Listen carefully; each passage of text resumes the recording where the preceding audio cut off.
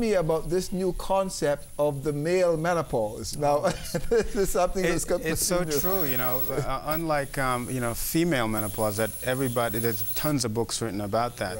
Right. Male menopause is one of these things that's not discussed. Right. But we truly go through a decline in our hormones just as women do. The testicles produce testosterone, and testosterone is the most important hormone for men. Without it, your brain function, when you think of your intellectual ability, the ability to think, your ability to remember things, when you think of the strength of your heart, the ability for the heart to pump blood through the blood vessels, when you think of your musculature, you know, the fact that as you get older, your musculature, your definition of your body changes, and you become softer. That all has to do with the fact that we have declining levels, blood levels, of that hormone, testosterone, in our body. Right. Now, all the hormones go down in aging, but what we're finding out is that now, in 2009, and over the past 40 years, men are losing more of their testosterone at an earlier age. So I have men in their late 20s, early 30s, 40s that have testosterone levels that are very, very low. Typically, it should be somewhere between 500 and 1,000. They're coming in presenting with fatigue. You know, they can't remember things. They don't have any lust for life. They're losing their agility. And when you check their levels are 200 or 150 or 300. So what's caused it?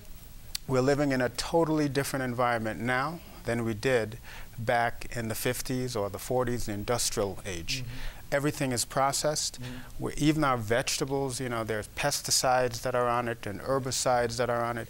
And those, the ionizing radiation in the atmosphere, the refined foods, everything is leading to a quicker demise of our testosterone levels. Well, I mean, should we be heading for the Viagra counter or for the testosterone vial? Well, you know, it's interesting because most people think that Viagra is the answer, but it's not. Viagra basically causes blood flow to go to the organ, right, but it doesn't correct any of the other deficiencies that we're talking about. We actually at Dr. Layne have more testosterone receptors in our brain and in our heart than we have in our scrotum. Wow, that's awesome.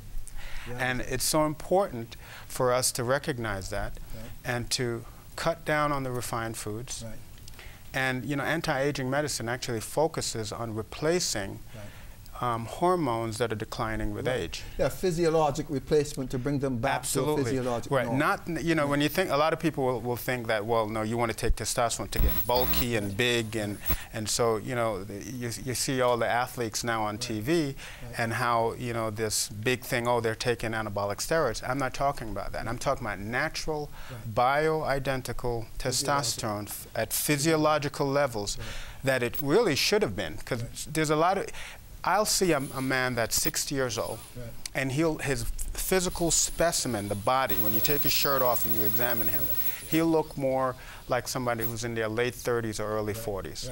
And then you have some guys that are in their 30s and early 40s, and they look like they're 60 and 70. You know, as Felix the Cat said, I resemble that remark.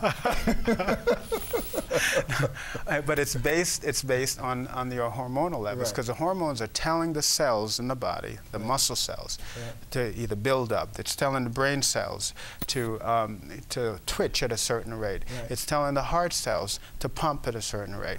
And your heart, you know, as you get older, it doesn't, the ability to contract gets weaker. So you get congestive heart failure.